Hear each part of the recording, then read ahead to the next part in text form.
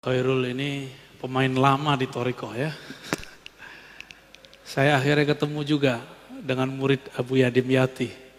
Sebelumnya 3 bulan lalu saya ziarah ke sana. Ya. Betul, beliau kalau ditanya Thoriko Abuya apa? Saya dulu nggak tahu kalau beliau pernah ngomong begitu. Karena kita di majelis, kita jawabnya sama. Thoriko antum apa? Jawabannya sama. Thoriko saya taklim, ta'alum, ngaji. Saya baru dengar Pak, barusan. Ternyata Abu Yadim Yati, kalau ditanya thorikohnya apa, bukan Syazili, bukan Qadiri, bukan Naqsyabandi. Tapi jawabannya ngaji. Apa maksudnya? Beliau sedang mengajak, kalau ada orang belajar zikir, zikir itu kan sudah pakem, udah kaku, udah begitu-gitu aja. Orang yang zikir, kebakar Pak. Kalau dia cuma zikir, penawarnya adalah taklim. Jadi kenapa banyak, mohon maaf ya, orang belajar zikir kemudian jadi aneh-aneh, karena dia nggak ngaji. Itu yang dimaksud oleh Abu Yadim Yati. Maka murid-murid beliau yang ngaji terus bertorikot pasti pada waras seperti Bapak. Tapi kalau yang cuma zikir-zikir doang, wah itu udah nggak jelas tuh. Jalan, rambut udah nggak keurus, kemana-mana, udah nggak jelas. Karena dia sudah masuk ke alam lain, dimensinya bukan dimensi ini lagi. Udah nggak bisa balik, susah baliknya. Maka beliau menyindir orang-orang yang mencukupkan thorikoh itu dengan hanya ambil wirid, zikir, kebakar Pak. Zikir itu panas, coba aja zikir. Allah, langsung hangat tuh. Hangat langsung. Kalau melewati dosisnya, bisa kebakar badan kita. Ini ibarat saja. Seperti orang kebakar amat teks. Jadi ini saling tawar-menawar. Ngaji doang, garing. Benar gak? Maka orang yang jago baca kitab, tapi tidak ahli wirid, garing ilmunya. Bosan kita dengernya. Ustadz ini ngoceh doang. Gitu. Kering, kita gak merasakan sentuhan kolbunya. Maka ini harus dijamak, digabung. Itulah thorikoh kiai-kiai kita, abuya kita zaman dulu. Ini saya mau kasih tahu Pak, banyak yang protes. Kok Ar-Razi masih muda dipanggil abuya? Itu bukan saya yang manggil diri saya abuya, itu guru saya yang manggil saya abuya. Dan di kampung saya biasa, buya itu anak muda, tua itu dipanggil buya. Tapi kalau abuya itu langsung guru kita yang ngijazahin. Jadi itu bukan panggilan saya sendiri, saya lebih senang dipanggil Ar-Razi. Ar-Razi gitu. Atau dipanggil bro gitu Pak, lebih senang karena dianggapnya muda. Kalau abuya kayaknya tuhe ya. Mau gimana lagi? Ya, kita hargai juga guru kita, masa kita nggak hargai? Ya, kalau saya menolak sama dengan menolak panggilan guru kan. Dan itu nggak dibuat-buat kan, antum manggil-manggil aja kan. Karena guru sudah bertitah, itu ridhonya guru. Ya. Karena ilmu itu bukan fisik Pak, ilmu itu ruh, spirit. Jika ma'rifatnya tinggi, dia tua walaupun tubuhnya muda. Antum tua, tapi nggak punya ma'rifat, itu bocah, bocil. Bonek, ya, boceh kata orang Persia, bocah kata orang Betawi sama. Terus tadi tentang kok para habaib sayyid kok jarang bertorikoh. Antum baca buku namanya Al-Manhaj As-Sawi karya Habib Zain Sumait ya. Beliau yang mendirikan Rabithah Alawiyah. Bahwa thorikoh Ba'lawi memang thorikohnya am. Makanya kalau Pak Khairul nanya, Beb, antum thorikohnya apa? Ya pasti dijawab, atuk saya, datuk saya sudah begitu. Cukup Pak, itu khas untuk para habaib. Kita nggak bisa begitu. Di darah mereka ada darah putih Rasulullah SAW.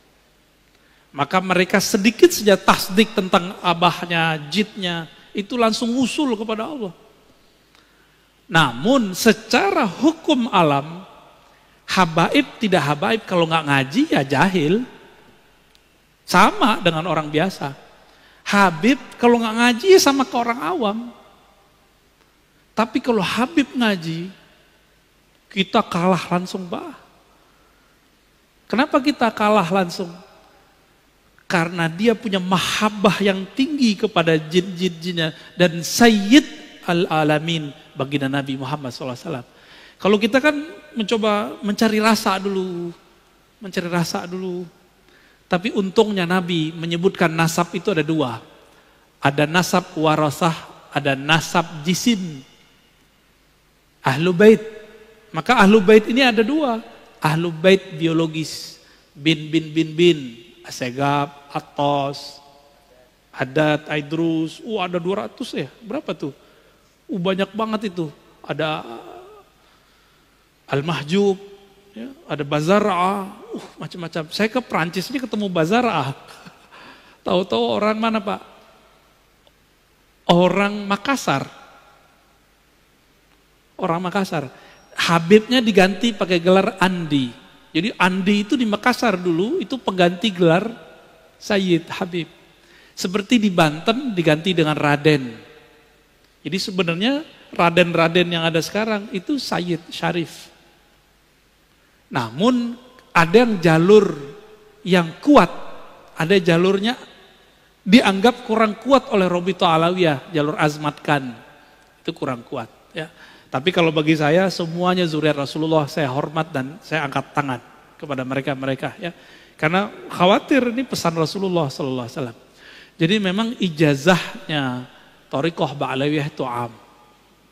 Kalau mereka ngambil am, ya dapatnya am. Kalau mereka mengikuti jid yang aslinya, siapa jid aslinya? Sayyidina Ali. Sayyidina Ali ngambil talqin jamaah atau talqinnya khos tadi. Ngambil talqinnya khos. Fardi, beliau berdua dengan Nabi. Maka Sayyid Habib yang ideal, dia punya guru spiritual yang mentalkin dia secara khas. Baru tergabung dalam dirinya Habib zahir dan batin. Kalau enggak, antum bisa lebih tinggi derajat kerohaniannya dari seorang Habib, bisa. Tapi jangan GR dulu. Dia punya jid namanya Ali, punya jiddah namanya Fatimah. Itu beres urusan mereka tuh. Punya Hasan wal Husain yang Nabi katakan Sayyidah Syababil Jannah. Jadi mereka kirim Fatihah aja atau salawat kepada Nabi, lalu keluarga Nabi. Langsung bergetar itu dirinya. Coba lihat Al-Habib Umar. Setiap salawat beliau sudah hanyut, Pak. Hanyut beliau langsung. Karena cerita tentang jidnya beliau. Baginda Nabi Muhammad Sallallahu Alaihi Wasallam. Namun hati-hati para habaib sayyid ini jangan mengerdilkan rahmat Allah. Kan ada tadi jalur zuriat nur yang turunnya ke ulama meskipun bukan anak biologis Rasulullah. Makanya dulu para sadah, para asyraf, mereka juga berguru ke kiai-kiai yang bukan sayyid. Kenapa? Mereka menganggap walaupun saya sayyid, antum pewaris ilmu jid aneh, gitu ngomongnya. Maka mereka pun juga ngaji kepada para masyaikh, para kiai yang bukan sayyid. Karena pada hakikatnya pewaris Nabi itu bukan pewaris jisim saja, tapi al-ulama warasatul anbiya. Siapa saja yang ada nur khasyah, rasa takut kepada Allah di kolbunya, dialah pewaris Rasulullah yang sebenarnya. Meskipun tidak ada sayyidnya, tidak ada habibnya. Jika nanti dikumpulkan di hari kiamat, yang pertama Nabi panggil ya dia. Kira-kira begitu, ya. Jadi kita nggak boleh suuzon, Pak, sama habaib. Nanti suul ada, Pak. Gugur semua torikot Bapak nanti. Zikir-zikir Bapak hilang ntar. Sholawatnya nggak nyampe. Nah, ini terakhir saya jawab. Ada sebuah sholawat yang diajarkan Nabi. Hadis Sahih Bukhari Muslim. Apa kata Nabi? Bacalah sholawat. Allahumma salli ala Muhammad wa ala alihi wa azwajihi wa dzurriyyatihi. Ya Allah, sampaikan salam, sholawat rahmat kepada Muhammad, Nabi Muhammad, keluarga Muhammad, istri-istri Muhammad, dan keturunannya. Ini mukjizat Nabi. Keturunannya sampai sekarang masih ada. Jadi antum baca sholawat tuh mereka dapat Pak, zuriatnya. Tapi zuriat ada dua, zuriat ruhi, zuriat jasadi. Jadi kita yang bukan Raden, bukan Sayyid, punya kesempatan menjadi zuriat ruhi. Semoga kita bagian dari mereka, amin ya rabbal alamin. Saya rasa cukup ya. Semoga kajian ini diridai Allah. Amin. Aib kita ditutup oleh Allah. Amin. Allah mastur nabi sitrikal jamil. Wa nas'aluka ridhak. Wa nas'aluka ridhaka wal jannah. Wa ajirna minan nar. Wa ajirna minan nar. Razuqna ya Rabbana ma'rifataka wa musyahadatak. Wa sallallahu ala nabi Muhammad walhamdulillah rabbil alamin. Assalamualaikum warahmatullahi wabarakatuh. Waalaikumsalam warahmatullahi wabarakatuh. Terima kasih Buya atas jawabannya. Marilah sama-sama kita tutup doa kifaratul majelis. Subhanakallahumma wa bihamdika asyhadu an la ilaha illa anta astaghfiruka wa atubu ilaik. Dari jamaah, dari saya, wassalamualaikum warahmatullahi wabarakatuh.